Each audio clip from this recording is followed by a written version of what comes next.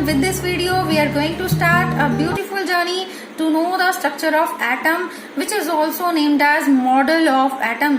Children, जब scientist को electrons, protons और न्यूट्रॉन्स के बारे में पता चल गया तो उनके सामने एक new field of research arise हो गया, दैट इज कि इन एटम्स के अंदर इलेक्ट्रॉन्स, प्रोटॉन्स और न्यूट्रॉन्स का अरेंजमेंट कैसा है, कौन सी पोजीशन पे इलेक्ट्रॉन होता है, कौन सी पोजीशन पे प्रोटॉन और न्यूट्रॉन्स प्रेजेंट होते हैं. So that structure of atom को जानने के लिए डिफरेंट साइंटिस्ट ने डिफरेंट एक्सपेरिमेंट परफॉर्म किए और अपने अपने मॉडल्स प्रेजेंट किए. जो फर्स्ट साइंटिस्ट थे जिन्होंने इस फील्ड में वर्क स्टार्ट किया, दैट वाज जे थॉमसन, और उनके मॉडल को उन्हें जो स्ट्रक्चर ऑफ एटम दिया, उन्हीं के ऑनर करने के लिए हम उसको कहते हैं Thomson's model of atom. Children, 1904 में जे थॉमसन ने ये प्रपोज किया कि एटम का स्ट्रक्चर जो होता है वो एक सफेरिकल शेप है, जिस सफियर के ऊपर पॉजिटिव चार्ज होता है और जो नेगेटिवली चार्ज इलेक्ट्रॉन्स होते हैं वो उसी पॉजिटिव सफियर के इनसाइड एम्बेडेड होते हैं, बिल्कुल उसी तरह से जिस तरह से किसी वाटरमेलन के अंदर सीड्स होते हैं. चिल्ड्रन, अगर हम ये सपोज करें कि वाटरमेलन के ऊपर पॉजिटिव चार्ज है तो उसके अंदर जो सीड्स हैं वो नेगेटिव चार्जेस हैं, तो वो बिल्कुल एटम के मॉडल के जैसा ही लगता है अकॉर्डिंग टू जे थॉमसन. एक और एग्जाम्पल उन्होंने दिया कि फॉर एग्जाम्पल हमारे पास कोई पुडिंग है, स्वीट डिश है, उसमें जो रेजिन्स होते हैं, किशमिश होते हैं, अगर उनके ऊपर नेगेटिव चार्जेस हैं तो वो भी एक जे थॉमसन के मॉडल के एटम के जैसा ही है, जिसको उन्होंने एक और नाम भी दिया, that is resin pudding model और वाटर मेलन मॉडल. सो ये डायग्राम उन्होंने प्रेजेंट किया स्ट्रक्चर ऑफ एटम के लिए, जिसमें दिखाया गया कि एटम इस जैसा सफियर जैसा होता है और उस पूरे सफियर पे पॉजिटिव चार्ज होता है, इसलिए हमने उसको लिखा है पॉजिटिव सफियर. और बीच बीच में जो रेड कलर से मैंने यहाँ इंडिकेट किए हैं, ये इलेक्ट्रॉन्स को रिप्रेजेंट कर रहे हैं जो इस पॉजिटिव सफियर के इन बिटवीन लाई कर रहे हैं. सो दैट ये था जे थॉमसन का मॉडल ऑफ एटम. लेकिन चिल्ड्रन, साथ ही साथ शुरू हो गया लिमिटेशन, क्योंकि चिल्ड्रन साइंटिस्ट जो होते हैं वो किसी की डिस्कवरी को एज इट इज मान नहीं लेते हैं, वो उसको डिफरेंट एक्सपेरिमेंट परफॉर्म करके देखते हैं कि क्या ये उनको सेटिस्फैक्ट्री आंसर दे रहा है या नहीं दे रहा है. तो देखा गया कि जो J Thomson model of atom था, उन्होंने रदरफोर्ड के स्कैटरिंग एक्सपेरिमेंट जो उन्होंने अल्फा रेज के साथ परफॉर्म किए थे उसको एक्सप्लेन नहीं किया. Students, in 1911 Rutherford perform scattering experiment to explain the structure of atom. Children, उन्होंने अपने एक्सपेरिमेंट के लिए गोल्ड मेटल की थिन फॉइल जिसकी थिकनेस 100 नैनोमीटर थिक थी उसको चूज किया. सबसे पहला क्वेश्चन चिल्ड्रन यहीं से अराइज हो जाता है कि उन्होंने गोल्ड फॉइल ही क्यों यूज की. तो children, gold foil highly malleable है, उसको बीट करके बहुत थिन पतली शीट्स बनाई जा सकती है जिनमें एटम्स की 2 या 3 लेयर्स ही हो, सो दैट एटम के स्ट्रक्चर को डिटेल में स्टडी किया जा सके. आफ्टर दैट उन्होंने रेडियम को यूज किया टू एमिट अल्फा रेडिएशंस, और अल्फा रेडिएशंस को डिटेक्ट करने के लिए उन्होंने एक स्क्रीन यूज किया which is coated with zinc sulphide, जो फ्लोरेसेंट स्क्रीन थी. मींस जहां पर भी अल्फा पार्टिकल इस स्क्रीन पे स्ट्राइक होता है वो पॉइंट जो है फ्लैश ऑफ लाइट वहां पे अपीयर होती है और ये डिटेक्ट हो जाता है कि वो पार्टिकल कहां पर, किस पॉइंट पर उस स्क्रीन पे जाकर स्ट्राइक किया गया है. Children, you can easily understand the Rutherford scattering experiment by this diagram.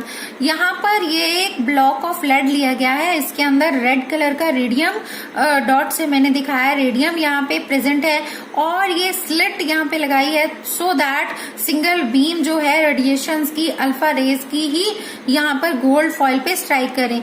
ये जो रेड कलर से मैंने बार शेप में बनाई है ये थिन फॉइल है गोल्ड की, और ये स्क्रीन है जो बिल्कुल मोर देन सेमी सर्कल यहाँ पर प्रेजेंट है, जिसको इनसाइड से जिंक सल्फाइड से कोट किया गया है सो दैट अल्फा रेडिएशंस के स्ट्राइकिंग पॉइंट को डिटेक्ट किया जा सके, क्योंकि जहां पर भी अल्फा रेज स्ट्राइक होती हैं वो पॉइंट ग्लो करेगा और ये इजीली डिटेक्ट हो जाएगा कि अल्फा रेज गोल्ड फॉइल से टकराने के बाद किस पॉइंट पे स्ट्राइक हुई। सो ये है रदरफोर्ड स्कैटरिंग एक्सपेरिमेंट। चिल्ड्रन ये एक बहुत अच्छा एग्जाम्पल है साइंटिफिक अप्रोच का, क्योंकि साइंटिफिक अप्रोच भी यही है कि हमारे पास पहले प्रॉब्लम होती है, फिर उसको सॉल्व करने के लिए हम एक एक्सपेरिमेंट सेटअप करते हैं, उससे ऑब्जर्वेशन लेते हैं, देन कंक्लूजन निकालते हैं और द एंड में हमें रिजल्ट मिलता है। So that after having the scattering experiment, Rutherford ने ऑब्जर्वेशन ली और ये तीनों ही ऑब्जर्वेशन बहुत कमाल की थी।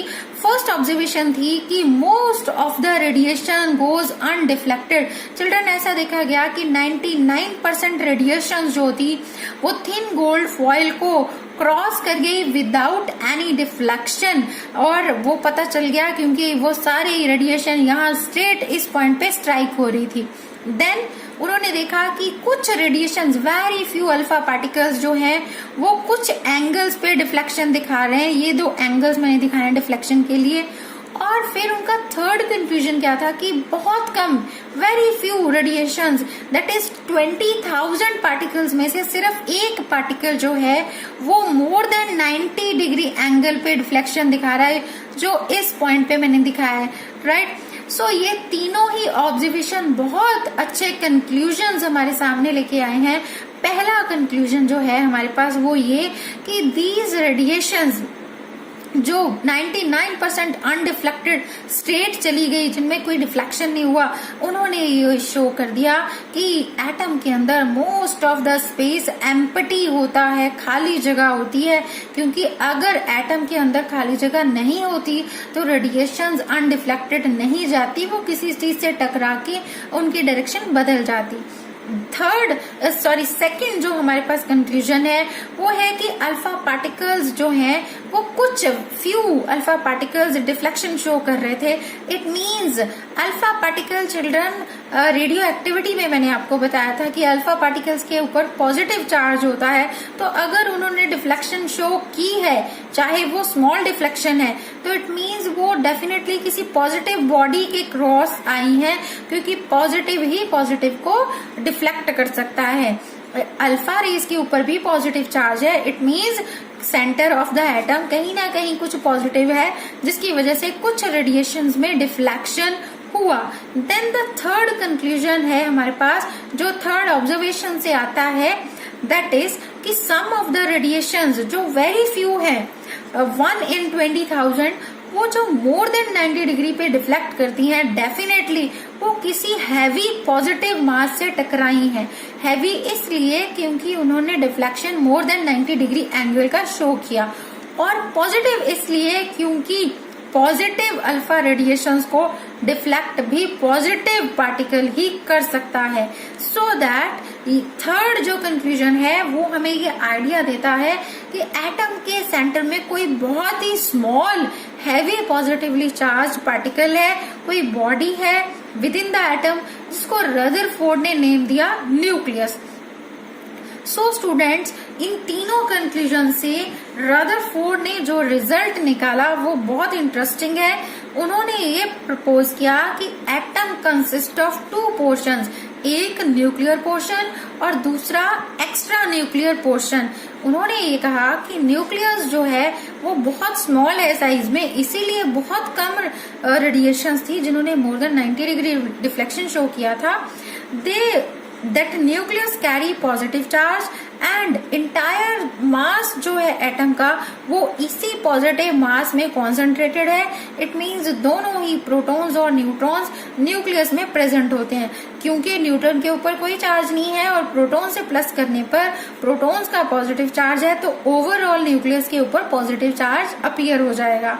देन इलेक्ट्रॉन्स जो है वो एक्स्ट्रा न्यूक्लियर पोर्शन में है और वो न्यूक्लियस के अराउंड रिवॉल्व करते हैं, चक्कर लगाते हैं, बिल्कुल ऐसे ही जिस तरह से प्लैनेट्स जो हैं वो सन के अराउंड ऑर्बिट्स में रिवॉल्व करते हैं। तो रदरफोर्ड ने ये कहा कि इलेक्ट्रॉन्स का जो मूवमेंट है वो बिल्कुल प्लैनेटरी है, प्लैनेट के जैसा है। सो दैट उन्होंने ये भी कहा कि electrons are planetary in their motion. So children, ये था हमारे पास रदरफोर्ड्स मॉडल ऑफ एटम।